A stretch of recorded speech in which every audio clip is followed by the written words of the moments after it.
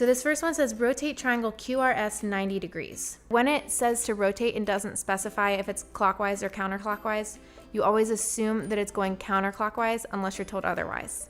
So what I would recommend you do is turn your paper 90 degrees, so a fourth of a circle, counterclockwise. So if you're looking at the top of your paper, it's going to the left. And look at point Q right now. Ignore the negatives along the axes. To get to Q from the origin, we go right 2 and up 1. So now turn your paper back to normal, but we went right 2 and up 1.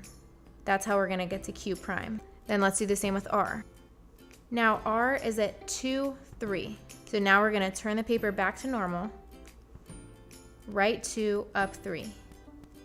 And that's R prime. And then we can do that one more time with S. S is at 6, 1. Turn the paper back to normal and go right 6 and up 1.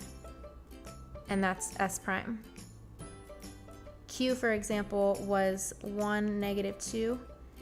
And Q prime is 2, 1. So if you're rotating 90 degrees,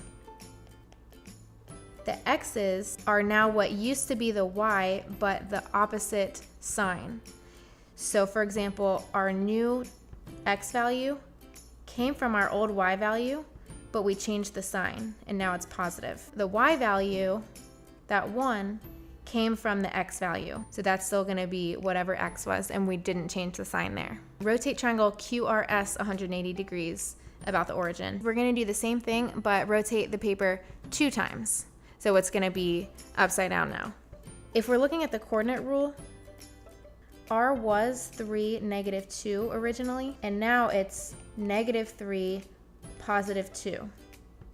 So what we did was we changed the sign of the X and we changed the sign of the Y.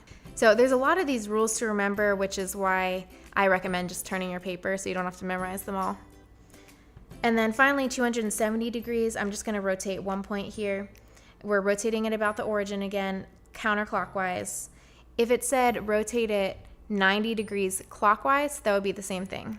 But if you're going counterclockwise, that's 3 rotations. So if I look at Q, Q is now in the 3rd quadrant, the bottom left quadrant. So we went left 2, down 1.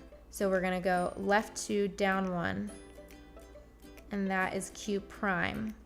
Q was 1, negative 2, and now it's negative 2, negative 1. Let's look at where our new X value came from. It's a negative 2. It's the same thing as what our Y was. So that's gonna be Y. The Y value, negative 1, came from the X value, but it's the opposite sign, so that's gonna be negative X.